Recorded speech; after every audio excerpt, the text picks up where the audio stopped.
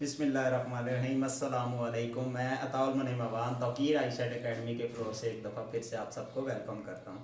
तो dear students, आज का मेरा जो लेक्चर है वो चैप्टर नंबर 1 क्लास 9 का है। उस टॉपिक पे जाने से पहले मैं आप सबसे एक दफ़ा फिर से रिक्वेस्ट करूँगा कि अगर आप लोगों ने हमारा चैनल अभी तक सब्सक्राइब नहीं किया तो आप उसको सब्सक्राइब कर लें और मेरी वीडियोज़ को लाइक करें और कमेंट भी करें ताकि जो है मैं आप लोगों के अच्छे फीडबैक से सीख सकूं। तो डियर स्टूडेंट्स, ये आज का जो मेरा टॉपिक है वो है जनाब मिक्सचर का। लास्ट टाइम मैंने कंपाउंड्स का बताया था आप लोगों को, आज मैं बताऊंगा मिक्सचर्स क्या होते हैं। मिक्सचर जो उनसे हैं, दीज आर इम्प्योर सब्सटेंसेस। ये हमारे पास होते हैं जनाब इम्प्योर सब्सटेंसेस हैं।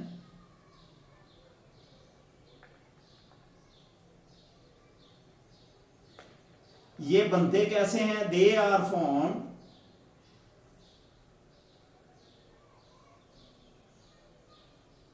by simple mixing up of substances। कि चीजों को अगर हम सिंपली मिक्स कर देते हैं तो हमारे पास मिक्सचर होता है। इसमें फिक्स्ड कंपोजिशन नहीं होती। एक और बात इधर जहन में रखनी है कि they do not have fixed composition.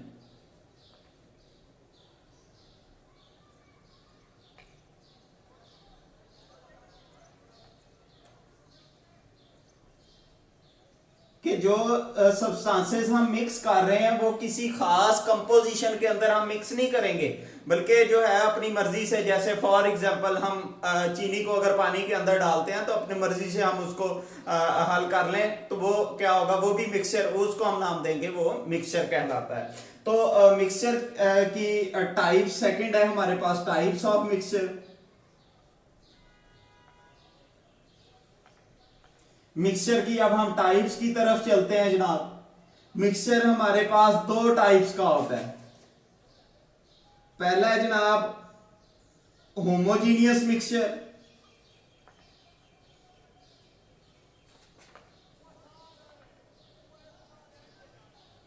Second है हमारे पास हेट्रोजीनियस मिक्सचर।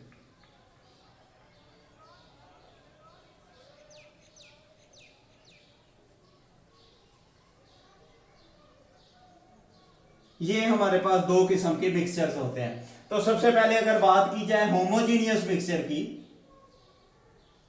होमोजीनियस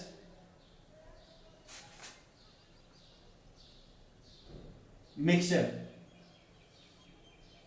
ये ऐसा मिक्सचर होता है जिसके अंदर पूरे का पूरे अज्जा एक दूसरे के अंदर टोटली मिक्स हो जाते हैं, which have uniform composition through out. पूरे के पूरे मिक्सचर के अंदर यूनिफॉर्म कंपोजिशन होती है सॉल्यूट और सॉल्वेंट की।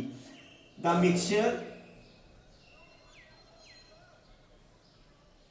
That have uniform composition through out. पूरे के पूरे मिक्सचर के अंदर यूनिफॉर्म कंपोजिशन होगी सॉल्यूट की, सॉल्वेंट के अंदर, तो वो हमारा मिक्सचर कहलाएगा होमोजीनियस मिक्सचर। एग्जांपल की तरफ अगर इसकी हम एग्जांपल की बात करें, हमारे पास आ जाता है जनाब आइसक्रीम है। Ice cream is a homogeneous mixture. इसके अंदर जितने हमारे पास सब्सटेंसेस होते हैं वो टोटली एक दूसरे के अंदर मिक्स होते हैं। सेकंड अगर हम बात की जाए sugar in water, sugar in water, पानी के अंदर अगर हम चीनी को डालते हैं तो आप देखेंगे कि चीनी पूरी की पूरी हल हो जाती है। और ये नहीं होता कि ऊपर वाला हिस्सा अगर पानी का है वहां पे ज्यादा मीठा होगा और नीचे वाले में कम होगा। थ्रू आउट मिक्सचर के अंदर जो है ना, वो जो मिठास है चीनी की वो पूरी की पूरी होमोजीनियसली मिक्स होती है। तो इसको हम नाम देते हैं किसका?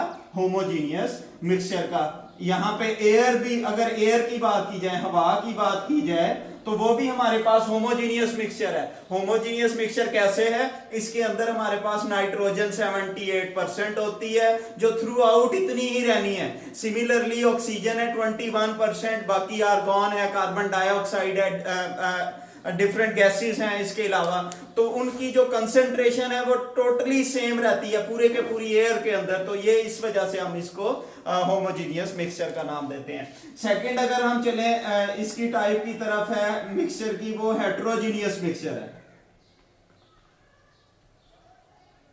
हेट्रोजीनियस मिक्सचर ऐसा मिक्सचर होता है which do not have uniform composition through out, जिसमें यूनिफॉर्म कंपोजिशन पूरी की पूरी मिक्सचर के अंदर यूनिफॉर्म कंपोजिशन नहीं होती, मतलब वो एक दूसरे के अंदर पूरे के पूरे हल नहीं होते, ठीक है। इसको हम नाम देंगे हेट्रोजीनियस मिक्सचर का, द मिक्सचर